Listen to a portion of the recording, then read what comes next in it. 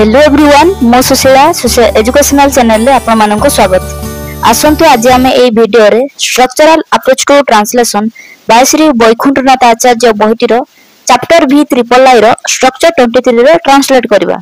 आज रो sentence structure टी होची subject plus auxiliary verb plus negation plus main verb.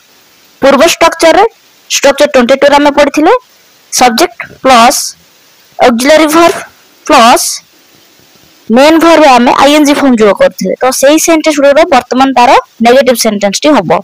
जेमति प्रथम एग्जांपल टी दिया हेछि I am not eating. I am not eating माने मो खाउ नाही।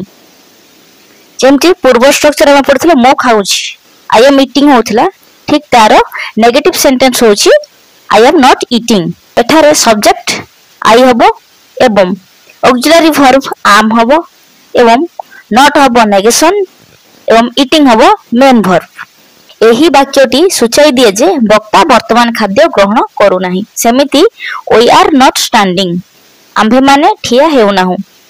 एठारे मध्य वी हबो सब्जेक्ट आर हबो ऑक्सिलरी वर्ब एवं नॉट हबो नेगेशन एवं स्टैंडिंग हबो मेन वर्ब। सेही परि दिया जाइतिबा वाक्य गुडी को पढि नबा एवं तळे थिबा ओडिया वाक्य को इंग्रजी रे ट्रांसलेट करबा। You are not playing. तुमे खेलु ना हो। He is not coming. से आसु नहीं। Hari is not writing. Hari लेखु नहीं। Sita is not dancing. Sita नाचु नहीं। They are not singing. सेमाने गीत बोलु नहंती। The boys are not running. बालक माने दौड़ु नहंती। वर्तमान ओडिया टू इंग्लिश रे ट्रांसलेट करबा। मो खाऊ नहीं आई एम नॉट ईटिंग। तुमे पढ़ू ना हो you are not reading.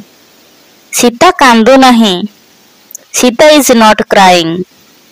Hari गीत बोलू नहीं हरि इज नॉट सिंगिंग। सेमाने खेलु नहंती दे आर नॉट प्लेइंग। बालक माने नाचु नहंती the boys are not dancing.